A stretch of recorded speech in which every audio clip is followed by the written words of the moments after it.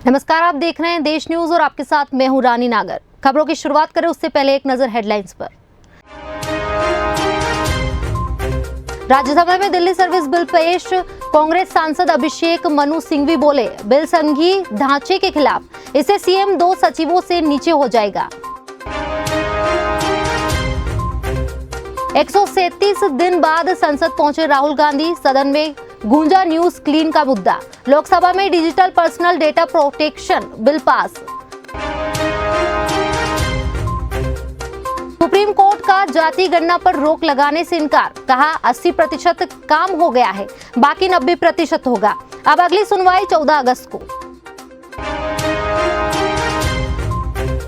हरियाणा में हुआ बीजेपी का क्षेत्रीय पंचायती राज परिषद सम्मेलन, पीएम मोदी का 7 राज्यों के कार्यकर्ताओं को टास्क, शहरों की बजाय गांव पर करे फोकस। ट्यूनीशिया से इटली जा रहे प्रवासियों की डूबी 2 नावें, 2 की मौत, 30 लापता। समुद्री तूफान में फंसने से हुआ हादसा।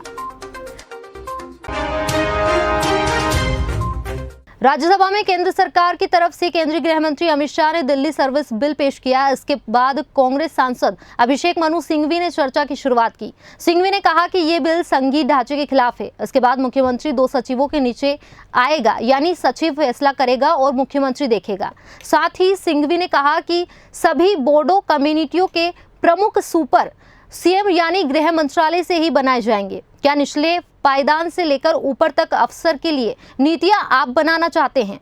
सिंघवी ने बोला कि बिल का मकसद डर पैदा करना है। जो लोग इसका समर्थन कर रहे हैं या समर्थन करने की घोषणा कर चुके हैं, उन्हें यहां सोचना चाहिए कि सबका नंबर आ सकता है।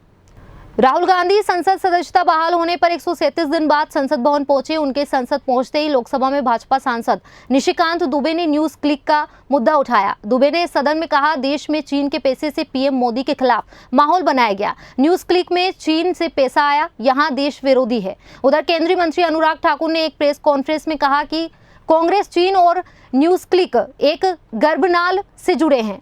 राहुल गांधी की नकली मोहब्बत की दुकान में चीनी सामान साफ देखा जा सकता है। चीन के प्रति उनका प्रेम नजर आ रहा है। वे भारत विरोधी अभियान चला रहे हैं। हरियाणा के नूंह में हिंसा के बाद राज्य सरकार के बुलडोजर एक्शन पर हाईकोर्ट ने रोक लगा दी है।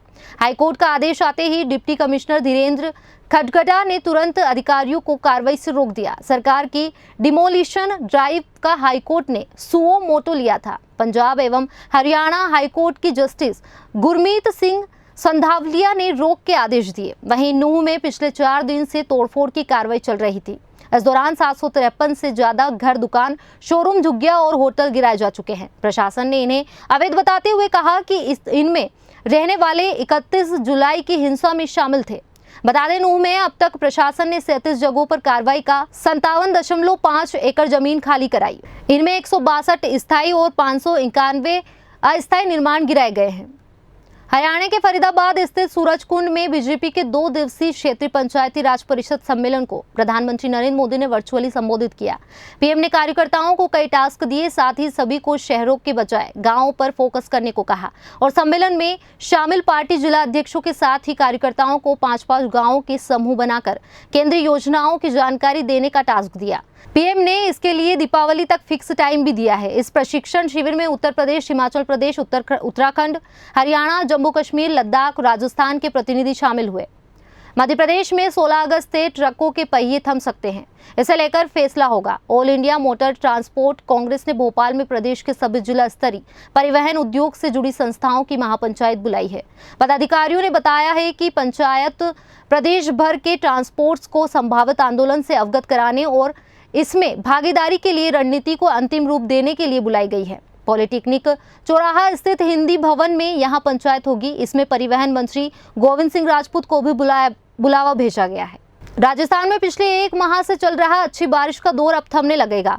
मौसम विशेषज्ञों के मुताबिक मानसून की गतिविधियां अगले 1 सप्ताह तक थमी रहेगी। पाकिस्तान की तरफ से आ रही हवाओं का सिस्टम इतना स्ट्रॉन्ग है कि इस सिस्टम ने बंगाल की खाड़ी से आ रहे वेदर सिस्टम और नमी वाली हवाओं को रोक दिया और इस कारण अब पश्चिमी राजस्थान के साथ साथ पूर्वी राजस्थान के जिलों में बारिश थमने के साथ गर्मी और उमस बढ़ेगी। वहीं मौसम विशेषज्ञों के मुताबिक अगले सप्ताह तक कोई बड़ा वेदर सिस्टम बनने की उम्मीद नहीं है, जिससे राज्य में तेज या अच्छी बारिश हो सके। इटली के लेम्पेडूसा आइसलैंड के पास प्रवासियों की 2 नावें डूब गई। इसमें 2 लोगों की मौत हो गई, वहीं 30 लोग लापता है। मरने वालों में एक महिला और उसकी 1 साल की बच्ची भी शामिल है। इटली ने बताया कि उन्हें आइवोरी कोस्ट से दोनों के शव मिले हैं। आपको बता दें, इंटरनेशनल ऑर्गेनाइजेशन माइग्रेशन की रिपोर्ट के मुताबिक हादसा नॉर्वे के समुद्री तूफान में फंसने से हुआ। दोनों नावें ट्यूनीशिया के फेक्स पोर्ट से रवाना हुई थी। वहीं ट्यूनीशिया ने बताया कि उन्हें फेक्स बीच से भी 10 प्रवासियों के शव मिले हैं।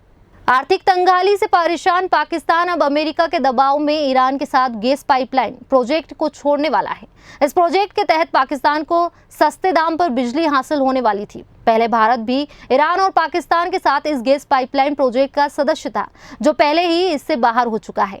जबकि 3 अगस्त को पाक दौरे पर ईरान के विदेश मंत्री हुसैन आमिर अब्दुल्ला ने पाक विदेश मंत्री बिलावत भुट्टो से मिलकर इस मल्टी बिलियन डॉलर के प्रोजेक्ट को जल्द शुरू करने की मांग की थी। अब पाकिस्तान ने इसे छोड़ने के लिए ईरान को एक नोटिस जारी कर दिया है। इसमें बताया गया है कि पाकिस्तान इस प्रोजेक्ट को तब तक आगे नहीं बढ़ा सकता है जब तक उस पर अमेरिका की पाबंदियां लगी है।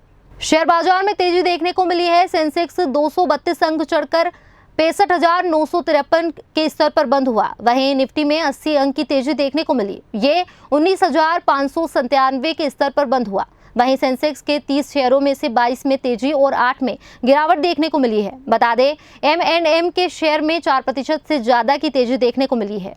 Federation of automobile dealers association यानी FADA ने जुलाई 2023 में बिकने वाली गाड़ियों की रिपोर्ट जारी कर दी है। इसके मुताबिक भारतीय ऑटो मार्केट में पिछले महीने सालाना आधार पर 10% की ग्रोथ के साथ 17,70,181 व्हीकल्स बिके हैं, जबकि पिछले साल जुलाई में 16,09,217 व्हीकल्स बिके थे। हालांकि जून महीने के मुकाबले इस जुलाई महीने में व्हीकल सेल्स में 5.03% की गिरावट देखी गई है। जून 2023 में देश में कुल 18,63,868 व्हीकल्स बिके थे।